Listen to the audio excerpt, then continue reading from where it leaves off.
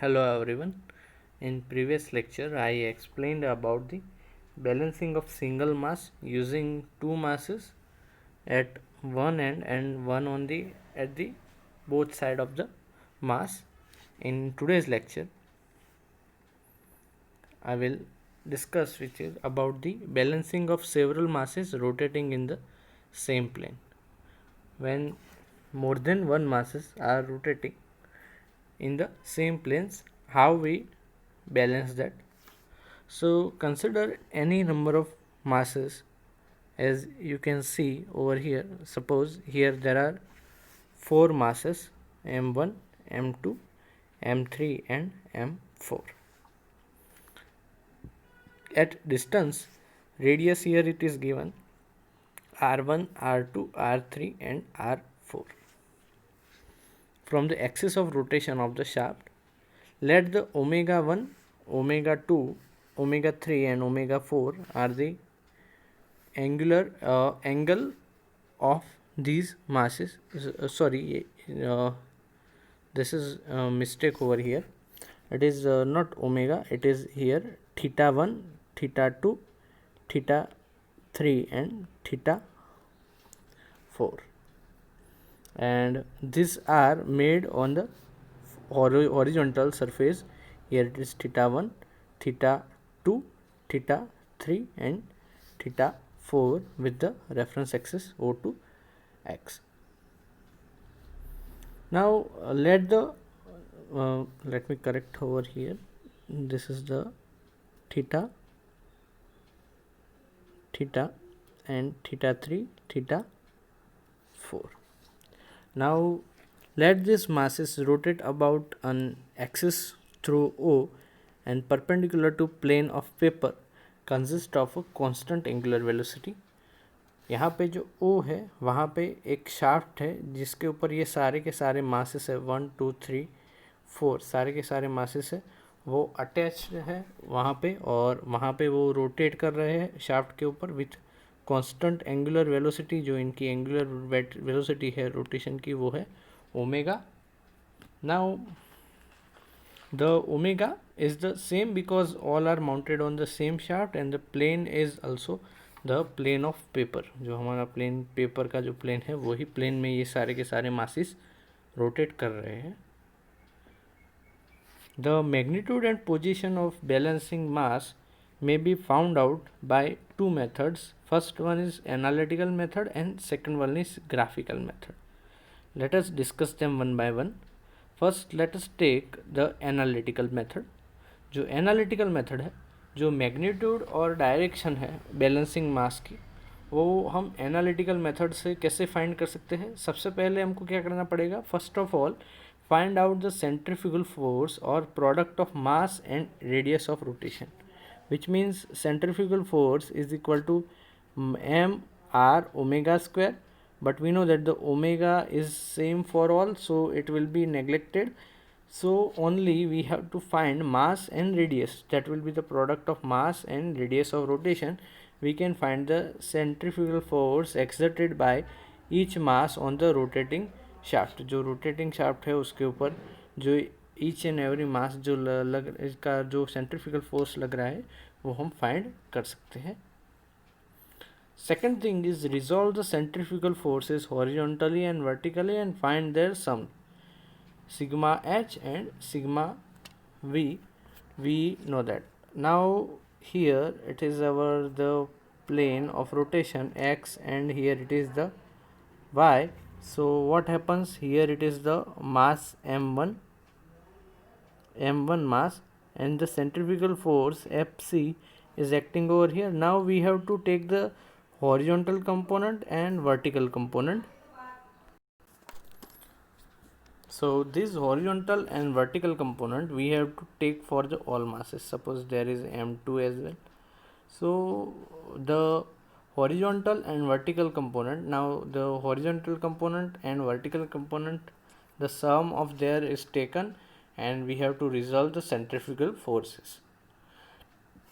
The sum of horizontal component of centrifugal forces is given by here sigma h, here m1 r1 जो मास हमारा 1 first mass है उसका जो centrifugal force कितना लग रहा था that was equal to m1 r1 and we know that the horizontal component is taken as cos theta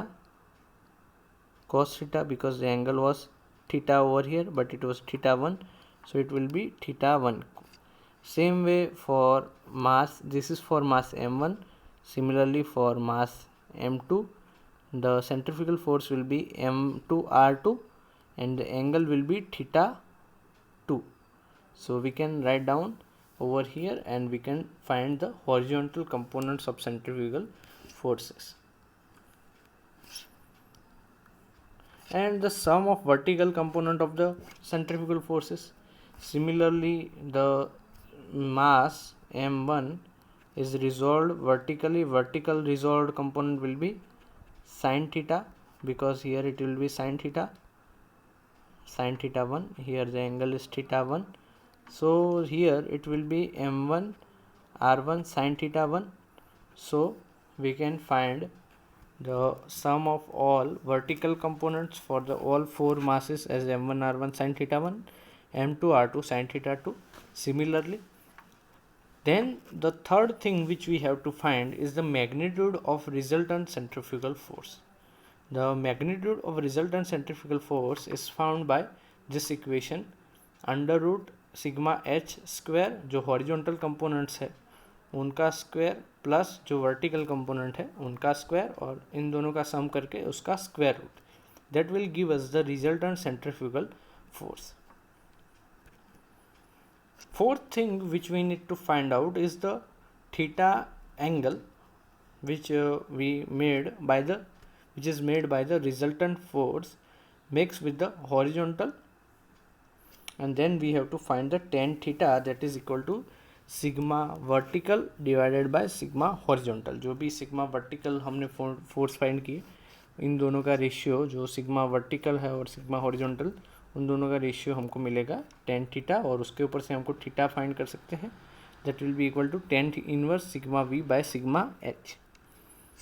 the balancing force is equal to the resultant force but in opposite direction. जो balancing force हमारा होगा वो equal होगा जो भी resultant force है उसके equal to होगा, पर उसकी डायरेक्शन जो होगी वो कौन से होगी, ऑपोजिट डायरेक्शन में होगा. And sixth thing we need to find out the magnitude of balancing mass such that जो बैलेंसिंग मास है हमको कैसे मिलेगा, से जो भी सेंट्रीफ्यूगल फोर्स है is equal to m into R. So m के ऊपर से हम फाइंड कर सकते हैं. और जो दूसरी मेथड है that is our graphical method. The magnitude and position of balancing mass may also be obtained by graphical method as discussed below. First of all, draw the space diagram. ये जो diagram हमने draw किया है इसमें हमको exact dimensions लेने की requirement नहीं है कि जो r1 है इज इक्वल टू 0.5 mm है तो 0.5 मीटर का ही हमको ड्रॉ करना है, वैसे रिक्वायरमेंट नहीं है. हम रैंडमली इसको ड्रॉ कर सकते हैं, लेकिन वो एंगल जो होता है पर्टिकुलर वो उस एंगल में हमको दिखना चाहिए कि जैसे कि जो थीटा 1 है वो 60 डिग्री है तो वो 60 डिग्री लगना चाहिए, या फिर थीटा 4 है वो अगर 210 है तो वो वैसा लगना चाहिए कि उस तरीके से उसको ड्रॉ करना है. ठीक है.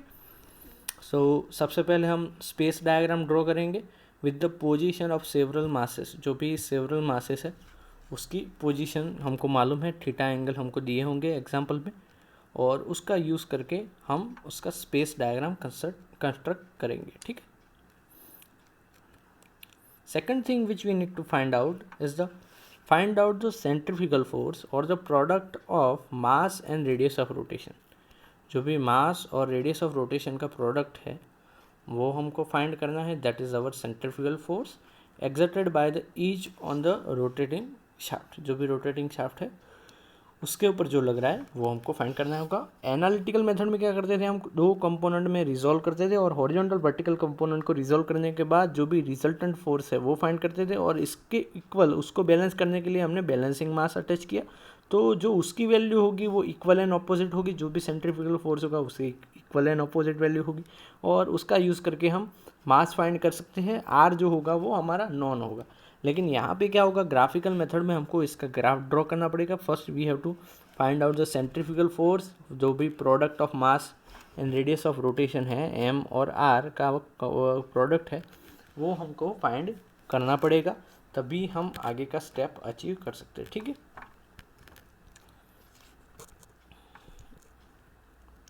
now draw the vector diagram with obtained centrifugal forces or the product of masses and their radius of rotation such that AB represents the centrifugal force by mass m1 or is equal to m1 r1 in the magnitude and direction to some suitable scale।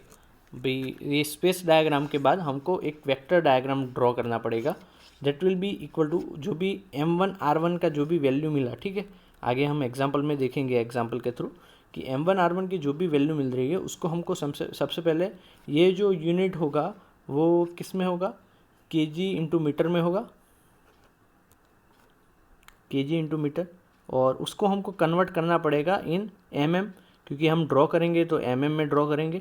ठीक है, तो कोई भी एक suitable scale लेके हम उसको mm में कन्वर्ट करेंगे और उसको ड्रॉ करेंगे, और सबसे पहले जो वैल्यू होगी वो m1 मास के लिए लेंगे। ठीक है, उसके मैग्नीट्यूड और डायरेक्शन जो भी सूटेबल स्केल है उसके थ्रू हम लेंगे। ठीक है, यहाँ पे तो सबसे पहले वेक्टर डायग्राम ड्रॉ करेंगे। Similarly draw the BC CD DE to represent the centrifugal force on other masses m2 m3 and m4, और जो भी दूसरे मासेस है, ठीक है, उनके लिए भी वेक्टर डायग्राम हम ड्रॉ करेंगे using this centrifugal force values. Here now as the polygon law of the force is the vector closing side represents the resultant of the centrifugal force। यहाँ पे जो हमने कन्वर्ट करके, ठीक है, जो भी यहाँ पे डायग्राम हमारा जो भी m क्रॉस r की वैल्यू हमने जो फाइंड की उसको हमने mm में कन्वर्ट करके सबसे पहले fc1 की वैल्यू यहाँ पे ड्रॉ की at a particular angle theta one angle पे ड्रॉ करने के बाद हम ड्रॉ करेंगे एट द एंगल थीटा2, जो थीटा2 एंगल कितना है यहाँ पे 90 डिग्री है। उसके बाद यहाँ पे अगर ड्रॉ करेंगे तो जो थीटा3 एंगल है वो लेंगे, तो थीटा3 यहाँ पे इतना है थीटा3। उसके बाद यहाँ से एक हॉरिजॉन्टल लाइन ड्रॉ करेंगे और जो टोटल एंगल है दैट इज़ अवर थीटा4। जैसे MOS मैकेनिक्स सॉलिड सब्जेक्ट में आता था, फोर्स का पॉलीगॉन हम ड्रॉ करते थे, तो जो भी यहाँ पे क्लोजिंग साइड रह जाएगी वो क्या इंडिकेट करेंगे, that will be our the resultant centrifugal force. ठीक, जो भी क्लोजिंग साइड होगी वो हमारे रिजल्टेंट सेंट्रीफ्यूगल फोर्स को इंडिकेट करेगी।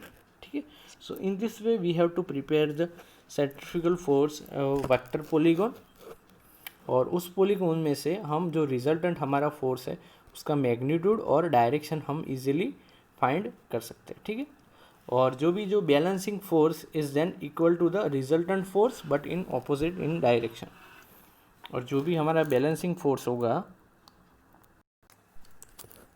that will be equal in magnitude to the resultant force and that will be opposite in direction to that। जो भी यहाँ पे जो रिजल्टेंट फोर्स है आप देख सकते हो कि वो यहाँ पे बैलेंसिंग फोर्स क्या है, उसका इक्वल एंड ऑपोजिट है। ठीक है, जो भी हमारा रिजल्टेंट फोर्स है उसके इक्वल एंड ऑपोजिट है। Now find out the magnitude of balancing mass at a given radius of R. जो भी बैलेंसिंग मास की रेडियस है ऑफ रोटेशन वो हमको दी हुई होगी। ठीक है, उसी का यूज़ करके हमको मैग्नीट्यूड m फाइंड करना है। ठीक है, सपोज यहाँ पे FC मिला हमको -50 रिजल्टेंट फोर्स, तो यहाँ पे जो FC होगा वो कितना होगा +50, और जो रेडियस ऑफ रोटेशन है सपोज यहाँ पे दिया हुआ है 0.5 मीटर। ठीक है, तो MR is equal to FC। So here radius of rotation is given and mass we have to find, balancing mass FC is known, so we can find out mass is equal to 50 divided by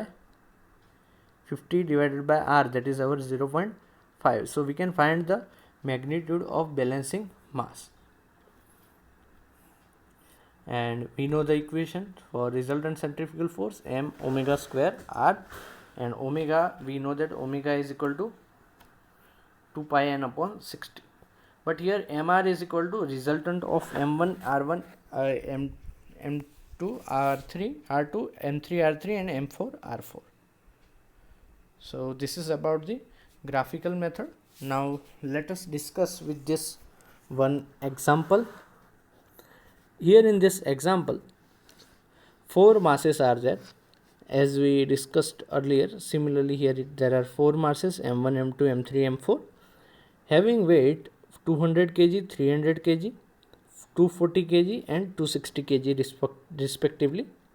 The corresponding radius of rotation, which means r1, r2, r3, r4, r1 is 0.2 meter, 0.15 meter is r2, 0.25 meter is r3 and 0.3 meter is r4 respectively, and the angle between successive masses are 45, 75 and 135.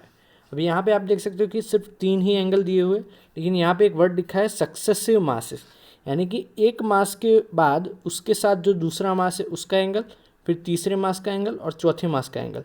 In this way particular way में यहाँ पे angles दिए हुए, यानी कि जो सबसे पहला मास होगा that will be at 0 degree, जो 0 डिग्री पे होगा वो सबसे पहला मास होगा.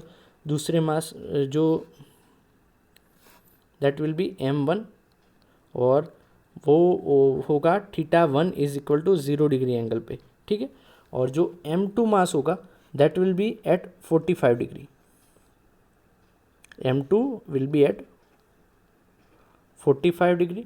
m3 जो होगा that will be at 75 degree and m4 जो होगा that will be at 135 degree.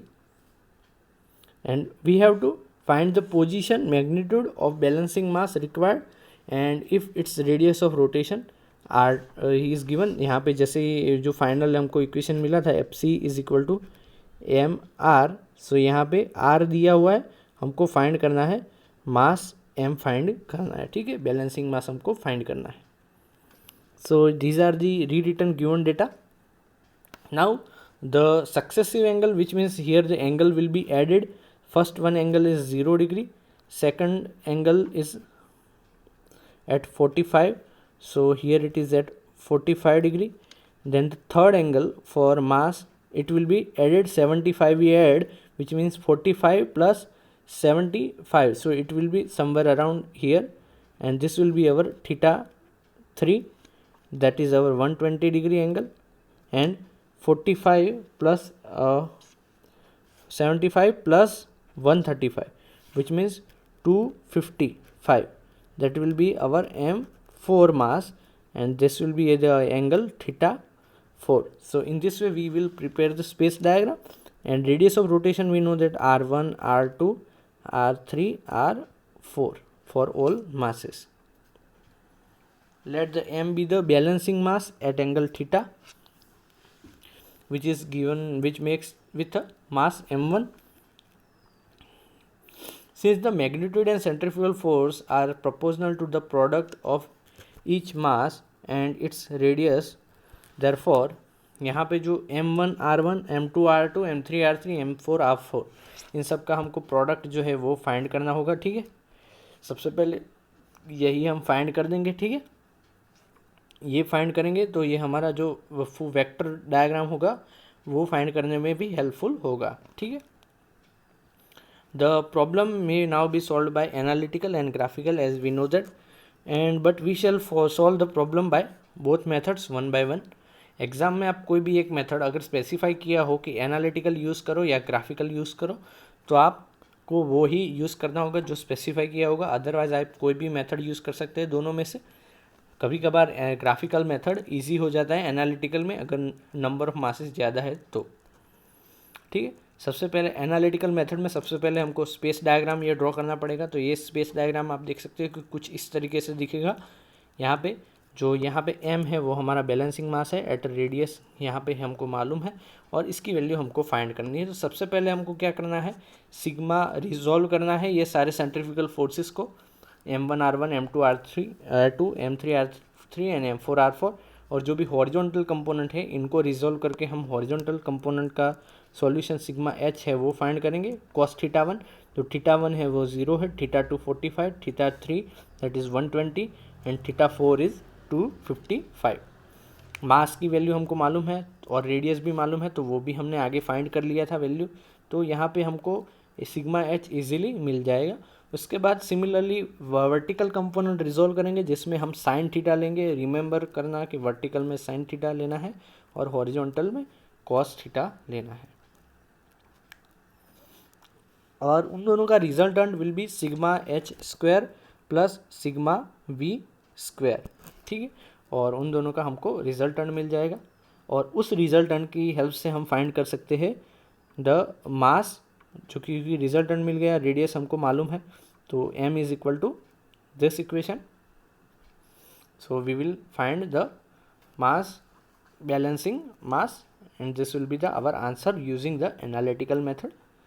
Similarly for we can find the angle of rotation। जो ये बैलेंसिंग मास है वो कितने एंगल पे है, यानी कि सबसे पहले टेन थीटा डैश फाइंड करेंगे, उसके अंदर 180 ऐड करेंगे तो हमको जो फाइनल ये वाला बैलेंसिंग मास का एंगल है वो मिल जाएगा।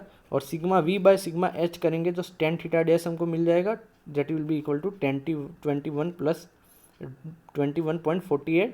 Since theta dash is here is the angle of resultant R1 with the horizontal mass M1, जो M1 है उसके साथ है, ठीक है, यानी कि 200 kg। सो यहाँ पे angle of balancing mass from the horizontal mass of 200 kg that is equal to 180 plus 21.48। ठीक है, सो ये हमारा होगा final answer of the angle theta using analytical method. Now let us take the graphical method. The magnitude and position of balancing mass also may be found using graphical method as discussed here. First of all we have to draw the space diagram, जो वैसे आगे draw किया था वैसे ही। दूसरा जो हमको find करना होगा वो है centrifugal force, that is mass is proportional to product of for each it is proportional to mass into radius. So ये सेंट्रीफ्यूगल फोर्सेस हमने फाइंड कर ली। उसके बाद now draw the vector diagram with the above values in the suitable scale. So यहाँ पे जो scale है suppose 1 kg into metre is equal to 1 mm, हमने ये स्केल लिया तो सबसे पहले यहाँ पे ये क्या हो जाएगा 40 mm, फिर ये 45 mm, ये 60 mm और ये 78 mm। तो सबसे पहले जो 40 mm की लाइन हम ड्रॉ करेंगे वो हॉरिजॉन्टल लाइन होगी, क्योंकि थीटा 1 क्या है 0। सबसे पहले जो होगा FC1 that will be at angle theta 0। उसके बाद दूसरा जो एंगल होगा वो 45 का एंगल है 45 डिग्री। सो यहाँ पे हमको FC2 मिलेगा। सिमिलरली जो तीसरा एंगल है दैट इज़ 120। सो यहाँ पे हॉरिजॉन्टल से 120 एंगल पे हमको मिलेगा थीटा FC3, और जो 225 है वो इस डायरेक्शन में आएगा, यहाँ पे हॉरिजॉन्टल के साथ एंगल ड्रॉ करेंगे तो that will be our the 225 angle जो यहाँ पे है, और ये होगा FC4। और जो क्लोजिंग साइड हमको मिलेगी, ठीक है, यहाँ पे सपोज ऐसे मिली क्लोजिंग साइड, ठीक है, सो ये क्लोजिंग साइड होगी हमारा resultant force FCR, that will be our the resultant force. और जो एंगल होगा हॉरिजॉन्टल के साथ वो रिजल्टेंट फोर्स का एंगल होगा, यहाँ से भी मेज़र कर सकते हैं और यहाँ से मेज़र करके उसमें 180 ऐड भी कर सकते हैं, ठीक है। So here we have taken the diagram as I said, जो सबसे पहले FC1, FC2, FC3 और FC4 हमने ड्रॉ कर दिया, और जो क्लोजिंग साइड थी वो हमको मिली रिजल्टेंट फोर्स। ये एग्जैक्टली आपको स्केल लेके और जो एंगल प्रोजेक्टर है उसको एंगल प्रोटेक्टर को यहाँ पे रख के एंगल पर्टिकुलर मेज़र करके ही ड्रॉ करना है। यहाँ पे अगर आपने एंगल ड्रॉ किए बिना या स्केल गलत ले लिया तो आपका डायग्राम गलत आएगा। और रिजल्टेंट साइड है उसको मेज़र करना है। सपोज़ यहाँ पे हमको मिला 23 mm और हमारा स्केल क्या था 1 kg into metre is equal to 1 kg into metre is equal to 1 mm। So 23 mm will be equal to 23 kg into meter. So that will be our resultant, or resultant force FC is equal to, we know that resultant force is equal to mass into radius। Radius हमको मालूम है 0.2, F C हमको मिल गया 23 kg into metre, so mass हमको मिल जाएगा यहाँ पे. So the balancing force is equal to the resultant force, but opposite direction the balancing force is proportional to mass into radius. So हमको मास मिल जाएगा यहाँ पे, दैट विल बी 115 kg. यहाँ पे जो ग्राफिकल मेथड है और एनालिटिकल मेथड में थोड़ा बहुत वेरिएशन रहेगा, ठीक है, क्योंकि जो मेज़रमेंट है उसमें थोड़ा वेरिएशन होता है, और जो साइन थीटा और कॉस थीटा है उसमें पॉइंट की वैल्यूज़ लेने की वजह से थोड़ा बहुत वेरिएशन रहता है, ठीक है, लेकिन नियर बाय वैल्यू आनी चाहिए, ठीक है. By the measurement we can also find the angle for the mass.